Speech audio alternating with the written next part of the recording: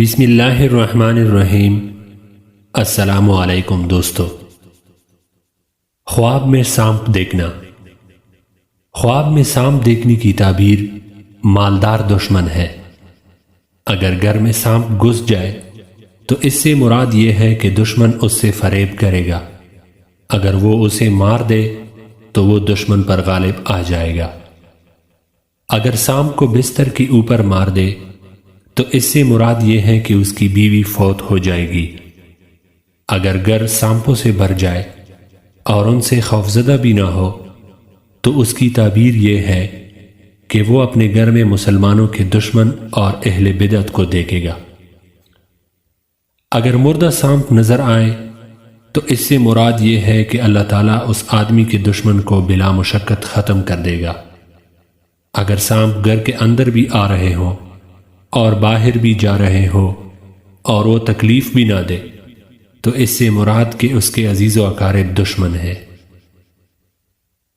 خواب میں سانپ کا منتر کرنے والا۔ اس سے مراد شرپسندوں کے ساتھ رہنا اور دشمن سے رواداری برتنا ہے۔ خواب میں سایہ دیکھنا۔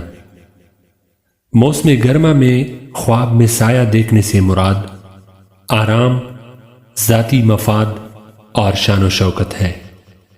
اگر سائے میں بیٹھ کر گرمی سے بچاؤ حاصل کر رہا ہو تو اس کی تعبیر یہ ہے کہ وہ پریشانی سے نجات پا کر کے رزق حاصل کرے گا۔